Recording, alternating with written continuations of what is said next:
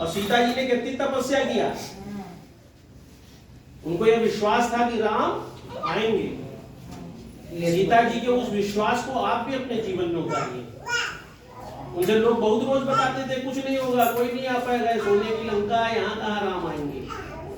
लेकिन जब आप सीता जी की नगरी में रहती हैं तो वो विश्वास अगर आप में नहीं है तो कम से कम आप अपने शहर को महसूस नहीं कर रहे। अपने अंदर ये भाव लाइए। पुरुष को ये सोचना चाहिए मैं राम हूं, कोई भी बाधा रावण से बड़ी नहीं हो सकती है। हम कभी भी पहुंचेंगे, लेकिन एक दिन लंका पहुंचेंगे, रावण को मारेंगे। जब इस तरह की पॉजिटिव भावना लाएंगे, पूजा करने की जरूरत नहीं है। इसीलिए भगवान कहते हैं सिर्फ हमारा कलयुग में तुम भाव लाओगे तो हम मान लेंगे तुम हमारी पूजा कर रहे हो। तो जिस दिन आप ये भाव ले आएंगे आप अच्छे हो जाएंगे। और कभी जीवन में कोई कहे कि एक कंबल बटेगा इसलिए चलो, कह देना मुझे नहीं जाना है, मैं इस राष्ट्र का सम्मानित नागरिक हूं।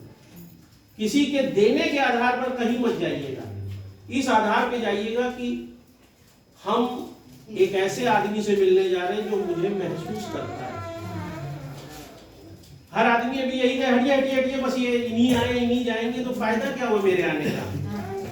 अगर मुझे आपका पैर छूने में दिक्कत हो रही है तो मुझसे ज्यादा ढोंगी कौन आदमी है।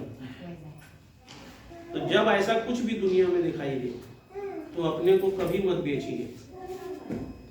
मैंने भीख मांग कर भी देखा है। लखनऊ के एक मंदिर के बाहर मैंने भीख मांगा, शाम को 750 रुपया मुझे मिला।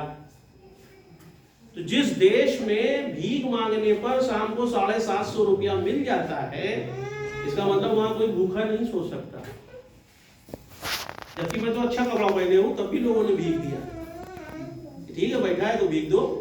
अलीगंज में एक मंदिर है हनुमान जी का, वहीं बैठा था। सुबह 8 बजे बैठा, शाम को 5 बजे तक बैठा, 750 रुपया मिला, जिसका मैंने इंडियन ओवरसीज बैंक में अपना अकाउंट खुलवाया, जो आज भी जिंदा है। सिर्फ इसलिए उसको जिंदा रखा कि जब जब मैं जिंदगी में हार जाऊं मुझे याद आए कि इस भारत में कभी कोई हार नहीं सकता है। जब मुझे 750 रुपया तब मिल गए तो आज भी हाथ फैलाऊंगा, मुझे दुनिया देगी। जब ये आप विश्वास आप में आ जाएगा तो आप सच मानिए आप अच्छे हो जाएंगे, आपका जीवन मधुर हो जाएगा। नहीं तो ऐसे बीमार बने बैठे रहेंगे पूरे जीवन कि आज कोई कंबल दे दे, आज कोई खाना दे दे, आज कोई हमको सोने के लिए बिस्तर दे दे। आप मनुष्य कभी नहीं बन पाएंगे। सबसे पहले अपने को मनुष्य बनाइए। और मनुष्य जिस दिन अंदर से जागृत हो गया आप सभी बहुत बढ़िया नागरिक बनेंगे। जो मैं कह रहा हूं अपना दर्द कह रहा हूं आपसे, ये मत सोचिएगा ये भाषण चल रहा है कि आए हैं भैया तो सोच इनको छौंकना है। ये मैं वो सब बता रहा हूं जिन रास्तों से होकर मैं गुजरा हूं, जहां मैंने तकलीफ देखी है। उड़ीसा में मैं रहा हूं और मैं आपको बताऊं कि उड़ीसा में वहां के लोगों के पास खाना नहीं होता है। लोगों के घर से जो जूठन फेंकी जाती है उसको वो इकट्ठा करते हैं, फिर उसको सड़ाते हैं, उसका पानी छान कर पीते हैं। मैंने भी 2 दिन पिया वो पानी, घरों से जो छान कर आता था, और उसको जब पिया उसकी बदबू जो है वो मेरे दिमाग में आज तक है। ये वही भारत है। आप में से कोई जानता नहीं है, लेकिन आपसे निवेदन करेंगे आपसे कि सालिया शाही उड़ीसा में डाल के देखिए, सबसे बड़ा स्लम है जहाँ पर इस तरह के मानव रहते हैं जिनके पास खाने को नहीं है। उसकी मैंने बहुत लंबी लड़ाई लड़ी और मुझे खुशी है उनके पास पानी है, उनके पास बिजली है। तो सबसे पहले अपने को मनुष्य समझिए।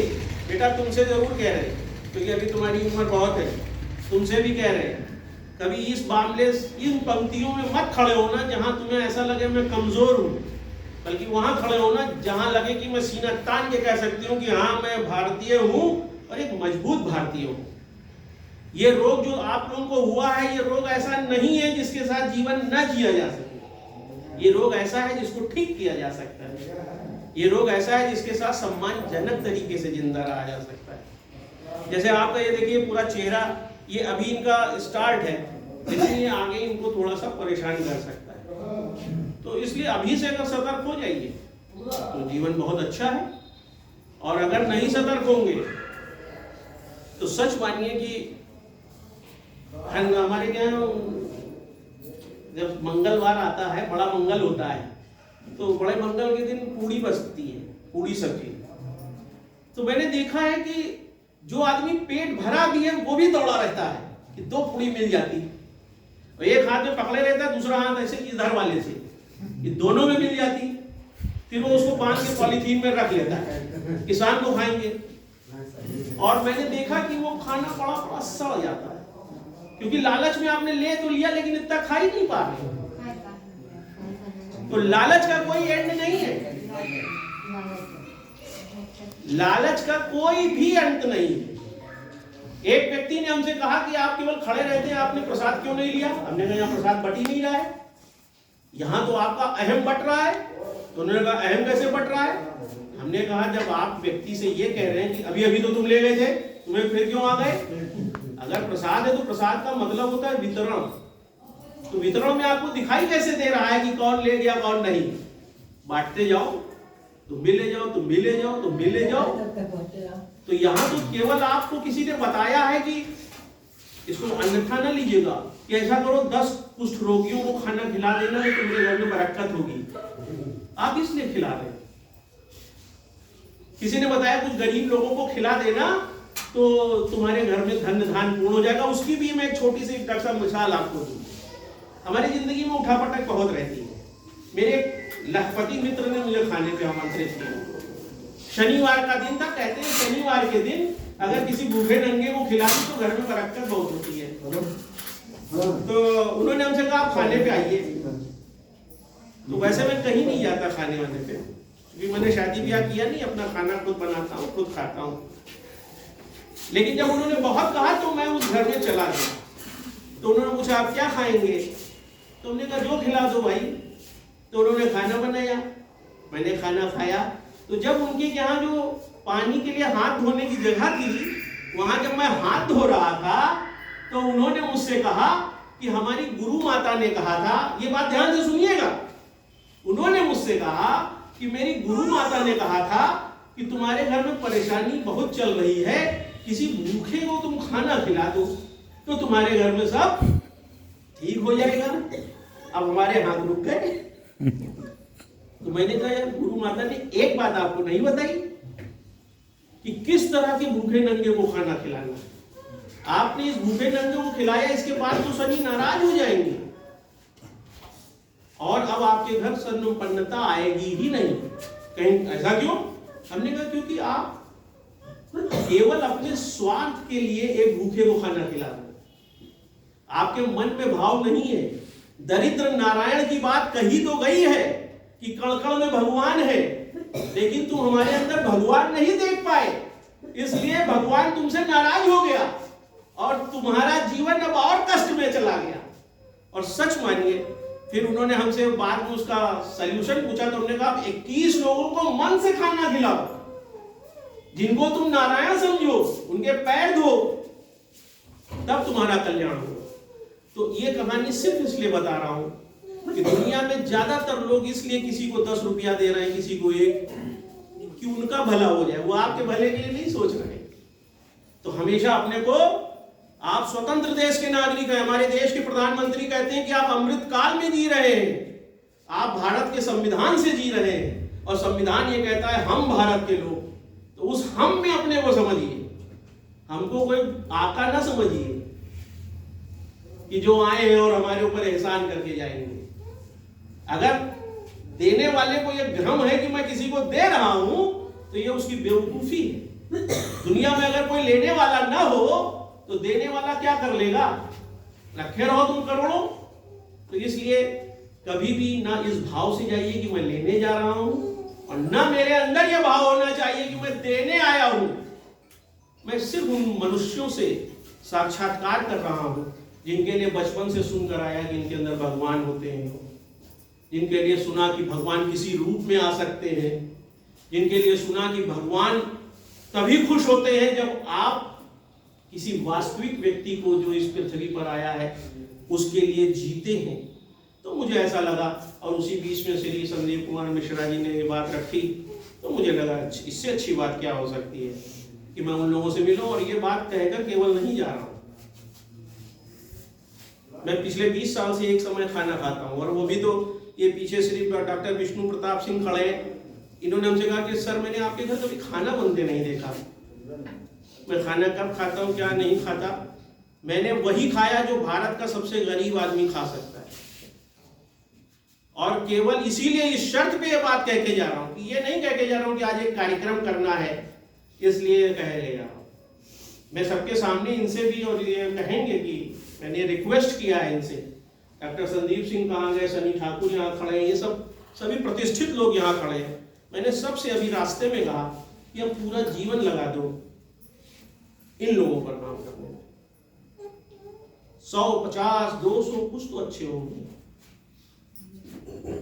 बच्चे पढ़ाई करिए। हाँ, आपके बच्चों की पढ़ाई नहीं हो पा रही है, आप निश्चित जानिए, आप हमें बताइए, मैं उसके लिए तैयार हूं।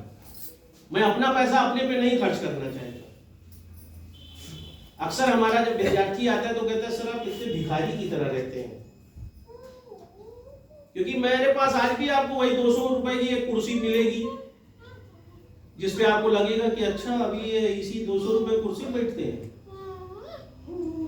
जब तक आपके मन में ये भाव नहीं आएगा कि सबके लिए हम जीने आए हैं, हम अपने लिए नहीं आए हैं, तो इसलिए अगर आपके मन में यहाँ पे बैठे किसी व्यक्ति के मन में ये भाव आया कि हम कंबल के लिए जा रहे हैं, तो उसके मन में याद करिए और बाहर थूक दीजिए। सिर्फ ये सोच के चलिए कि मैं वहां गया था जहां मुझे ये महसूस करना था कि मैं इस पृथ्वी पर मां भारती का एक लाल बनकर रहता हूं और एक दूसरे लाल की बात सिर्फ सुनने गया था। जो कुछ भी मिला वो तो एक प्रसाद है, इससे ज्यादा उसकी कोई औकात नहीं है। जो आया था वो हमसे गरीब है, जो समझता है कि हम कुछ दें, वो हमसे अमीर नहीं था। जब ये भाव आए तभी समझिएगा कि आप इस राष्ट्र के, उस समृद्ध राष्ट्र के नागरिक हैं। नहीं तो हम तो सीना तान के चले जाएंगे कि हमने आज क्या कितना अच्छा किया, इतना अच्छा विचार है। और मैं चाहता हूं कि अभी मैंने मुड़कर देखा कि वैसे तो मैं फूल कभी नहीं चढ़ाता, क्योंकि फूल को तोड़कर चढ़ाना, जिसकी हत्या कर दी गई हो उसको चढ़ाने का क्या मतलब। जो मरा हुआ फूल है वो किसी के प्रति क्या श्रद्धा देगा, इसलिए मैं कभी फूल नहीं चढ़ाता, किसी को नहीं चढ़ाता। मैं चाहता हूँ कि वो मुझे ही अर्पित समझे। हाँ, ये जरूर है कि हम उनका पैर छूलें कि आज भारत के प्रधानमंत्री डॉक्टर अटल बिहारी वाजपेयी जी और श्री मदन मोहन मालवीय जी का जन्मदिन है। कहते हैं कि कुछ न कुछ टोटका चाहिए किसी काम को करने का, तो इसको आप टोटका समझिए कि 25 दिसंबर को वो पैदा हुए, तो हमें भी एक बहाना चाहिए था। कहते हैं हिले रोजी बहाने मौत, तो जैसे हिलने से रोजी मिलती है, बहाने से मौत मिलती है, ऐसे ही कोई ना कोई आलम्बन लेकर कोई ना कोई कार्यक्रम व्यक्ति करता है। भगवान पे सिर्फ आस्था रखिए, जिस धर्म के आप हैं, और ये सोचिए कि हम लोग एक ऐसा ग्रुप बनाएंगे। मैं डॉक्टर साहब से कहूंगा कि इनमें सेल्फ हेल्प ग्रुप बनाइए और ये लोग मिलकर समाज को दिशा दें। ये लगे कि सीतापुर के 10 कुष्ठ रोगियों ने मिलकर एक ग्रुप बनाया था और उस ग्रुप ने जागृति देश में जगाई थी। आज आप मेरे सामने बैठे हैं, कल राष्ट्रपति भवन में बैठे होंगे, आपका सम्मान हो रहा होगा सिर्फ इसलिए क्योंकि आपके अंदर ये जागृति आ गई कि हम पूरे मानव हैं, मुझे किसी की जरूरत नहीं, कोई आलोक चांटिया आए चाहे ना आए। जिस दिन ये भाव आ जाएगा तब मजा आएगा। अक्सर मैंने देखा जब खैराबाद में हम लोग ने किया था, खैराबाद में मैंने किया, खैराबाद में एक अच्छा कार्यक्रम किया था। वहां पर मैंने अभी डॉक्टर साहब से बताया कि जिला प्रशासन उस समय हम लोगों के साथ था, तो उन्होंने कहा डॉक्टर साहब इनसे लोगों से थोड़ा दूर रहिए, ये लोग जो है कुष्ठ रोगी है, इससे रोग हो जाता है। तो मैं कुर्सी पे बैठा था, मैं चप्पल जूता उतार के उनके साथ बैठ गया, क्योंकि मैं जानता हूं कि ये रोग ऐसे नहीं फैलता है। फिर मैंने कहा खाना भी मैं इन्हीं के साथ खाऊंगा। तो आप जो ये सुन रहे हैं, आपको लग रहा होगा ये अपने मुंह मियां मिट्ठू वाली बात पे सब चल रहे हैं ना। मैं सिर्फ ये बता रहा हूं कि मुझे एक भाव ऐसा लगा कि आप इस राष्ट्र के एक स्वतंत्र नागरिक के रूप में नहीं आए, आप आलंबन में आए। उस आलंबन को छोड़िए, अपने को वो करिए। और मैं ये चाहूंगा कि सबसे पहले जितने लोग यहाँ बैठे, मैं तो फूल नहीं छूता हूं, लेकिन आप यहाँ सोचिए एक फूल हमारे प्रधानमंत्री और पंडित मदन मोहन मालवीय जी को चढ़ाइए, क्योंकि जितना महत्वपूर्ण नागरिक मैं हूं उतने तो आप भी हैं। क्या आप देश के प्रधानमंत्री को फूल अर्पित नहीं कर सकते? मैं ही क्यों? चढ़ाइए। और अब इस बात पे ताली बजाइए कि पहली बार आप इस काम को अपने जीवन में कर रहे हैं। महत्वपूर्ण ये होना चाहिए, न कि महत्वपूर्ण ये है कि भैया आए रहे हो, फूल चढ़ाई हो, चले गए। उठाओ, चढ़ाओ।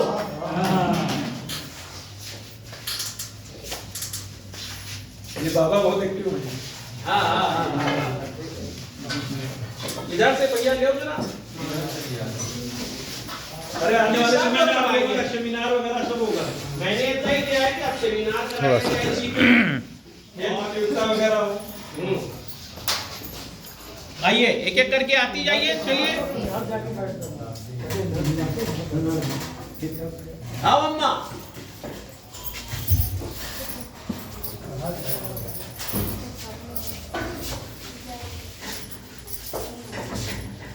आज से पहले कोई चढ़ाए रहा कोई का फूल?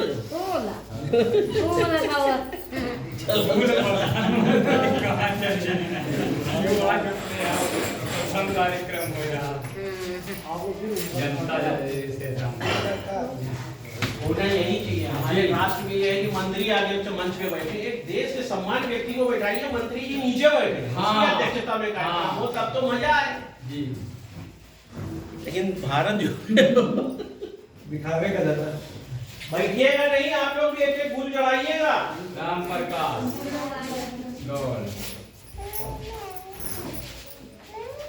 आज देश के प्रधानमंत्री श्री अटल बिहारी वाजपेयी जी और काशी हिंदू विश्वविद्यालय के संस्थापक पंडित मदन मोहन मालवीय जी का जन्मदिन है। बेटा पढ़ती नहीं हो?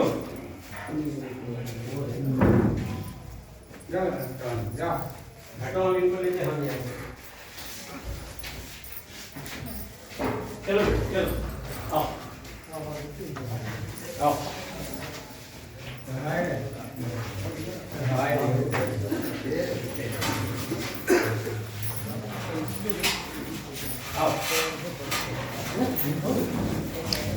चलो बेटा, चलो चलो।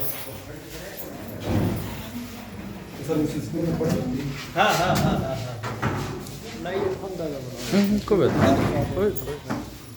रुको जरा, बिटिया से डरवाई दी। आओ बेटा।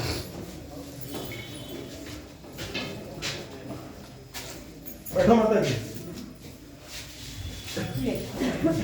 नर हो नैराज करो मन को, कुछ काम करो, कुछ काम करो, जग में रह कर तुम करो। बेटा ये खेल लो, ये इसको फिर घुमाओ, और ये बहुत सही, बहुत सही। अभी फूल हम इसमें रख देंगे, भी कुछ लोग बाकी है। बेटा ये बैठ जाओ। ये बैठिए। आओ, कौन बचा अभी?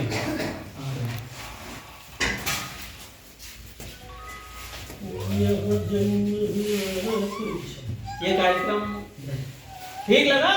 फूल चढ़ा के आज के बाद ये तो नहीं कहेंगे कि पहली बार, अब जब भी कहेंगे तो कहेंगे अब ये दूसरी बार। जीवन में अपने को सबसे महत्वपूर्ण समझिए, किसी से कम नहीं है आप। अगर कोई 4 अक्षर पढ़ लिया है, इसका मतलब ये नहीं कि बहुत अच्छा है।